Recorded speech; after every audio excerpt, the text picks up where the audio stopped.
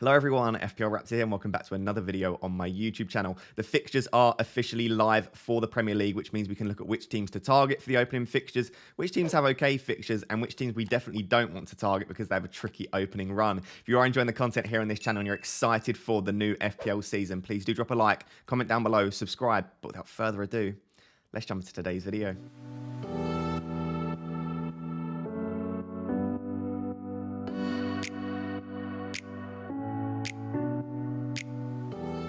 So guys, we're going to look at the fixtures from game week 1 to game week 6. Of course, we have the fixtures for the entirety of the Premier League, but I think it's probably not worth looking beyond that. And to be honest, for some of these teams, even if they only have good fixtures for game week 1 and 2, it might be that we can start with them and then take them out. But the point of today's video is just to get a bit of an idea about the opening fixtures for every single Premier League team. And I've separated them into the best opening fixtures, the average middle opening fixtures, and then the worst opening fixtures as well. We've actually got the FDR rating from last year, so please don't comment down below and tell me that, for example, Crystal Palace and Leicester aren't green fixtures. Just take it with a pinch of salt and just look at the actual fixture as opposed to focusing too much on the colours. But I've just done that so it's a little bit more pleasing to look at than just having white fixtures on there. And once the FDR updates for the new season, we'll change that. And we'll have a bit of a discussion around whether we think the official FDR is correct anyway.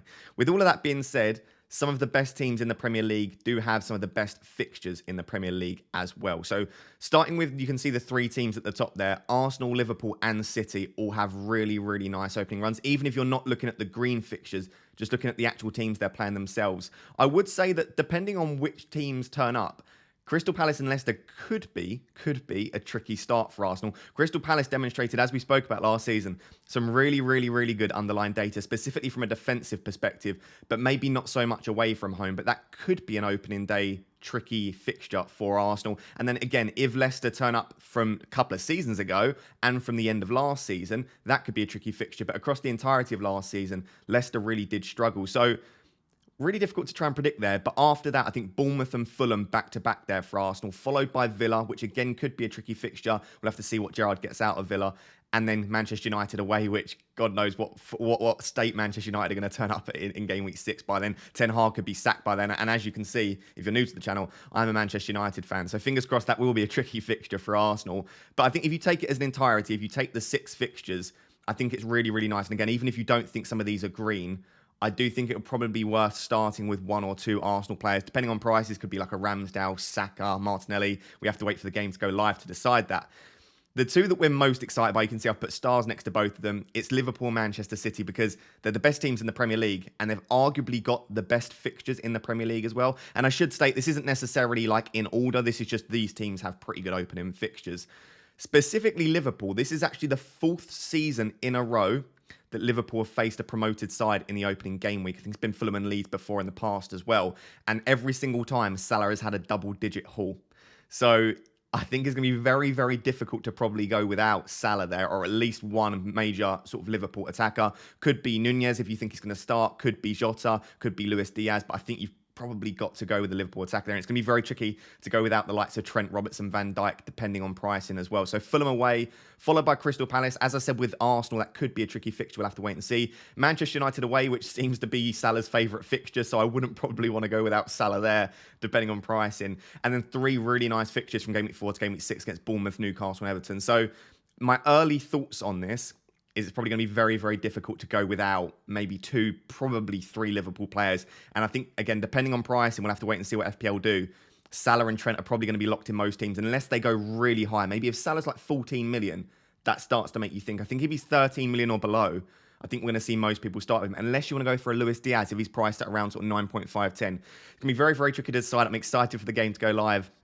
And then Manchester City have a slightly trickier opening day fixture against West Ham away, but after that, it gets really nice for City. So Bournemouth at home is a really nice second game week 2 fixture. Newcastle away, and then Crystal Palace, Nottingham Forest, Aston Villa. So got Crystal Palace in there, like I said, Aston Villa, as we said with Arsenal. These aren't easy fixtures on paper. It depends how these teams start the season, but I think when you look at how good Liverpool and City are, it probably doesn't matter what the fixtures are. But when you also look at the fact that the fixtures are absolutely amazing, it's going to be very difficult to probably go without a premium player from Liverpool and City. So I'm looking at this early on and thinking Salah and Haaland. If you don't want to do that, then you could potentially go for like a Diaz and De Bruyne. You could mix it up a little bit, but it's going to be very tricky to go without some of these very good players from Manchester City and Liverpool. And the likes of Trent and Cancelo probably look locked on in our teams. After those sort of three big teams, there are a couple of, or three teams in here which I think we might get some bargains from. So we've got Wolves, Brighton and Brentford. Three teams that had sort of mixed seasons last year, but I think overall, I don't think any of them will be too displeased. Maybe Wolves in particular, because we expected them to sort of push on. They had a very, very tricky season overall, but I think all three of them had okay seasons. And they've all got pretty decent opening fixtures as well. Wolves in particular, those first two against Leeds away and Fulham at home, I think, are we going to be sucked into Wolves like we were early on last season as well, when we all jumped on Jimenez, we jumped on like Ait-Nouri. We really tried to get on board with the Wolves players, and it just didn't happen. But those two opening fixtures, Tottenham away is obviously a tricky fixture, but if you can get away with benching your Wolves player there, then for the run against Newcastle, Bournemouth and Southampton, it could be a really nice set of fixtures there. So I'm looking particularly at Neto. I think Neto is probably a player to watch. Trincao. If Jimenez gets on board, maybe Fabio Silva. They've got lots of players that you could choose from.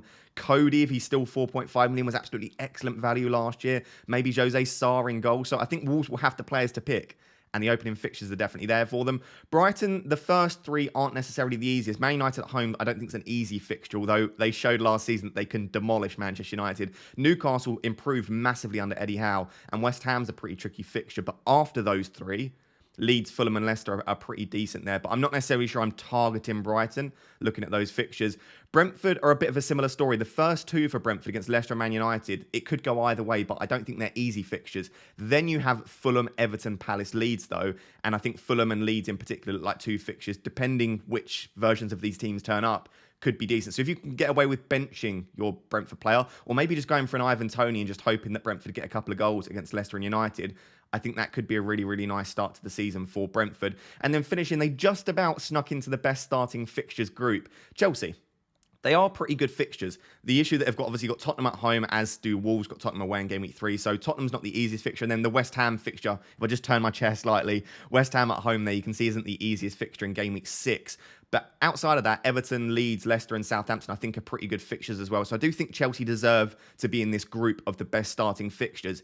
The issue we've got is that I would say probably arguably Arsenal, Liverpool and City will have better starting fixtures. And they're going to have expensive players that we're going to want to pick from. Are we going to be able to squeeze in several Chelsea players? My honest opinion at this early stage is probably it's going to be maybe just a Reece James or maybe just a obviously not a Rudiger, but one of their defenders essentially. I think we might end up having to go with. I think trying to squeeze a Mason Mount in alongside the likes of Foden, De Bruyne, Diaz, Salah, all the other players, Saka, that we're going to want to squeeze in is probably going to be very tricky. But I don't want to hypothesize too much. The game hasn't gone live yet, but these are the teams with the best starting fixtures. Roughly. It might change when we get the new FDR. I should say massive shout out to Holly Shand over on Twitter, because what she did was she put this into a really nice graphic, which I've not copied, but I've used as inspiration for this. And essentially I've used her work, which she did a really great job. So massive shout out to Holly Shand for putting this into a really nice, easy to view package that's allowed me to create this content very quickly. So thank you, Holly. But these are the best starting fixtures. Now let's move on to sort of the average starting fixtures, teams which maybe have a mixed bag over the first 6 game weeks. I should say apologies if there are any mistakes on this graphic. I've obviously wanted to put this together as quickly as possible for you, get it out, and then we're going to, over the coming weeks when the game goes live, we'll really deep dive into the best rotations and the best teams to target and have a real think about how good these opening fixtures truly are. But this is just for the excitement of the fact that the season is truly getting underway now. So, starting with Spurs. Spurs arguably may be slightly unlucky to be put into this average starting fixtures group. Probably similar-ish fixtures to Chelsea, so they might have just squeezed into that first group there. The issue they've got is that Southampton at home, I think, is a really nice game to start. I think we've seen in the past Son likes to play against Southampton, especially if they maintain that high line. So that could be a really nice opening fixture for Son and Kane. Chelsea away is a very tricky fixture, though. Regardless of what Chelsea team turns up, I don't expect that to be an easy fixture for Spurs. And then Wolves at home, again, depending which Wolves team turn up, that's not particularly easy. Forest away in game week 4 could be a nice fixture, and then Fulham at home in game week 6 is nice. But I suppose it's a slightly more of a mixed bag for Spurs, which makes it tricky. We're going to want Liverpool players. We're going to want Man City players, probably Chelsea and Arsenal as well, looking at those opening fixtures. We're not going to be able to get all of these players in our team. So maybe fitting in a Son or a Kane is going to be trickier than we think. Maybe we have to go for like a Salah, Haaland and Kulusevski. Or maybe we go for like a Diaz, Haaland and Son, or maybe we go for like a Salah, Son and Foden. I don't think we're going to be able to get probably the likes of Salah, Haaland and Son. I think that's going to be too expensive, but we're going to wait and see. But Spurs have maybe slightly more of a mixed bag, but that game week 1 fixture could be very nice. Leeds actually have a pretty decent start to the season. If I remember correctly, they actually had a pretty tricky start to the season last year. So it's nice to see that they've got a slightly easier run here. Hopefully they push on under Jesse Marsh. Wolves at home and Southampton away is not a terrible start to the season. I think they'd be fairly happy with that. Hopefully pick up 3 or 4 points there for Leeds. Chelsea at home is obviously not a great fixture, but again, because Leeds players will probably be slightly cheaper, you might be able to get away with benching them in game week 3. And then they've got Brighton, Everton, Brentford after that in 4, 5 and 6. So that is a pretty decent run there for Leeds. And I think maybe if Rafinha stays, which looks unlikely, but if Rafinha stays could be an option. Outside of that, could end up we just go for like a cheaper defender or maybe like a £4.5 million midfielder. Or if Bamford is finally back fit, maybe we end up going for him. I've put a little star next to Villa.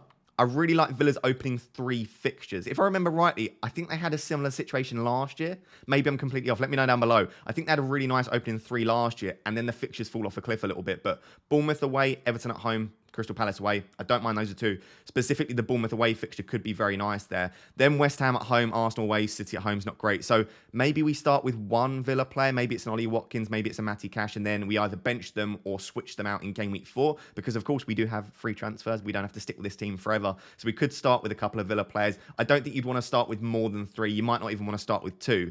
Just because by the time game week 4 swings around, you're going to want to be switching those out, and then you might have other issues to deal with. Newcastle have pretty decent fixtures, and again, they really, really played well under Eddie Howe last year. I think from December onwards, I believe this is correct, they had the 3rd most points accrued in the Premier League from December onwards. So Eddie Howe did a fantastic job there with Newcastle. The first 2 are really nice, both home games, Nottingham Forest at home and Brighton at home, followed by City at home is obviously not a great fixture, then Wolves away, then Liverpool at home. So those fixtures from game week 3 to game week 5 for Newcastle, actually quite tricky there. And then Crystal Palace in game week 6. So I feel like every team here has Crystal Palace, by the way. I feel like I've mentioned them 100 times. So Newcastle here obviously got decent fixtures, but the fixtures against City and Liverpool straddled obviously alongside Wolves from 3 to 5, make them maybe slightly difficult to load up on. But again, you might want to go with one player. Maybe it's a Callum Wilson, St. Maximan, whoever they end up signing. Trippier could be a fantastic option. Everton, I've also put a star next to. They've got a slightly different situation here. Game week 1 is very tricky and game week 6 is very tricky. But those 4 in the middle are actually really nice. And if you can get away with benching one of their players in game week 1, even if it is like a Dominic Calvert-Lewin, Richarlison, even if it's someone like a Mason Holgate in defence, if they have a cheaper defender, and then you can play them from 2 to 5 against Villa, Forest, Brentford and Leeds. That's a really nice run of 4 fixtures. I think Everton will improve next season. I think we started to see signs of it maybe just about at the end of last season under Lampard, but I do expect them to improve definitely. So I think from 2 to 5, I quite like that there. And then Leicester have, again, a very, very mixed bag. Brentford and Southampton, nice fixtures in there. But Arsenal, Chelsea and United aren't great. I'm very interested to see what Leicester team turn up. Let me know down below. Do you think they're going to go back to the Leicester of old and really improve? Do you think it was due to having injuries, due to having the European competitions to focus on? Or do you think we're just starting to see them regress under Rodgers? I've seen a few people calling for Rodgers to be sacked, maybe appointing Pochettino. So do let me know down below what sort of Leicester you think will turn up here. But I think depending on what form, again, of Leicester turn up, I think it's going to decide how they approach these fixtures and what results they get, more so than potentially the fixtures look on paper. And then finishing with Forest. Forest actually have the best fixtures out of all of the promoted teams here. So again, if I just turn my chair, you can see Bournemouth at home in game week 6 is really nice. Everton away in game week 3 is a pretty decent fixture. The opening 2 aren't terrible. It could be a lot worse, as we'll see with Fulham and Bournemouth in a second. But then Tottenham and City in 4 and 5 is pretty tricky. But like I said, they are the best fixtures for the promoted sides. So I think Forest will be relatively happy here. If you guys don't know, I live in Nottingham as well. So I'm hoping Forest do fairly well. I guess I'll take them on as maybe my second team. I don't really do that sort of stuff, but maybe it'll be interesting to see. Hopefully they do well in the Premier League. And I think they'll be fairly satisfied with those opening fixtures. Specifically the opening 3, I really don't think they're too bad. So those are the teams with maybe average starting fixtures, bit of a mixed bag. Let's now finish poorly with the 6 teams that have got probably the trickiest opening run and have a think about if we're ever going to be able to pick players from these teams due to their opening fixtures. So guys, finishing with the teams with the worst starting fixture, and unfortunately, my team don't have the best start to the season, but I don't think that's particularly going to matter anyway. I'm feeling quite pessimistic, but hopefully, I do believe in Ten Hag. I just think it's going to take a while to really install his philosophy. And we saw with Rangnick, we expected Rangnick to hit the ground running, and that didn't happen. So I'm going to be patient with him, but the fixtures aren't fantastic. What I would say is that the first two aren't terrible, right? Brighton at home and Brentford away, I don't think are the worst fixtures to start the season with. Brighton are a fantastic team, but I still think that we could get results in both of those games. Please don't clip this and play it back when we lose both. Liverpool at home is obviously not a great fixture. We know what they can do to us in recent seasons. Fingers crossed we at least give them a game. And then Southampton at Leicester, I think, are fine for 4 and 5. Followed by Arsenal at home in game week 6. So I think United would be happy with 3 or 4 wins in these opening 6 games, which is a bit of a fall from grace because we should expect to win every game, but not the greatest opening fixtures. I don't envision us picking many Manchester United players anyway, but specifically with these fixtures. West Ham, it's a bit of a shame that they start with Man City at home on the opening day, and also then Tottenham and Chelsea in 5 and 6. The fixtures between 2 and 4 aren't terrible, but again, this is going to make it very tricky to pick West Ham players. Even if Bowen is priced quite reasonably, I think this will make it tricky. Unless you can get away with benching them in 1, 5, and 6, or you end up selling them in game week 5 or 6, you might be able to get away with it. But I think due to the other teams that have got decent fixtures, rather than a Bowen, you might go for like a Pedro Neto. I think there are other players based on the opening fixtures that you might want to favour slightly. Bournemouth are really tricky run of fixtures here. Villa's decent, but again, I still expect Villa to continue to improve under Gerrard.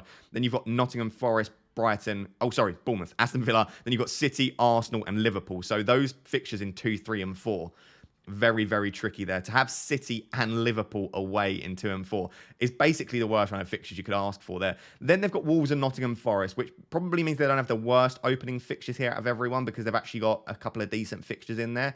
But that run there, you're probably hoping for 1 point maximum there from Bournemouth. But it does mean that their fixtures are slightly better from game week 7 onwards, which might be when we want to start targeting them.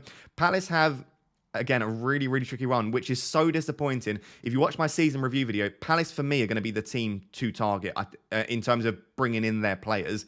They looked really good under Vieira. Specifically, their defensive data was so good. They were the 4th best defence in the Premier League last season, according to underlying data, which is exceptionally good. And I really was looking to target or to bring in players from the Palace defence. But Arsenal, Villa and City in their first 4 makes it very tricky to start the season, unless, again, you can get away with benching like a Mark Gehi in every single one of those fixtures. Villa, Brentford and Newcastle was the other 3. They're not terrible fixtures, right? It's just those 3 are very, very tricky. Again, to have Liverpool and City away means that they definitely are one of the teams with the worst opening fixtures.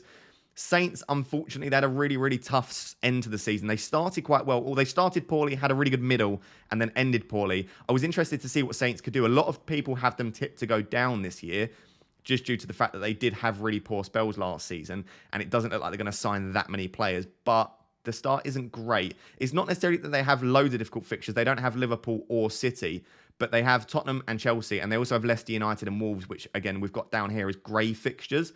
The only decent fixture that they've got that you would really say that's a nice fixture is Leeds at home in game week 2. So, again, I don't expect us to be targeting players from Saints in our game week 1 squads. And then right at the bottom of the list is Fulham, who a lot of people, again, have tipped to go down, as you would expect, often with the promoted sides. They had a fantastic season. So did Mitrovic. And a lot of people were saying Mitrovic is nailed in my Game Week 1 squad.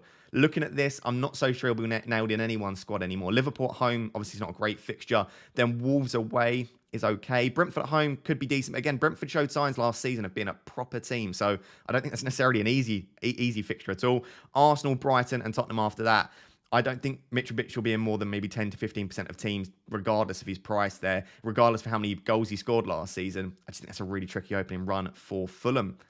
So there you go, guys. Really, really quick video, quick for me at least, on the opening fixtures for all of the teams. Again, apologies if there are any mistakes here. Apologies if it's a bit rushed. I'm going to be creating so many videos over the coming weeks, looking at fixtures, looking at players to target, looking at building drafts as soon as the game goes live, whenever that could be tomorrow, could be next week. Don't know when the late game is going to go live. Whenever that does go live, we'll be creating so much content in and around that, and there's going to be lots of cool collaborations on my channel as well. So keep an eye out for all of that. Let me know down below, which of these teams are you targeting? Which of the teams are you excited? If you want to have a go at it, build me a draft down below with some of the prices that you think. But definitely let me know which teams you're looking at targeting, and also which players, early thoughts you think you might have in your Game Week 1 squads.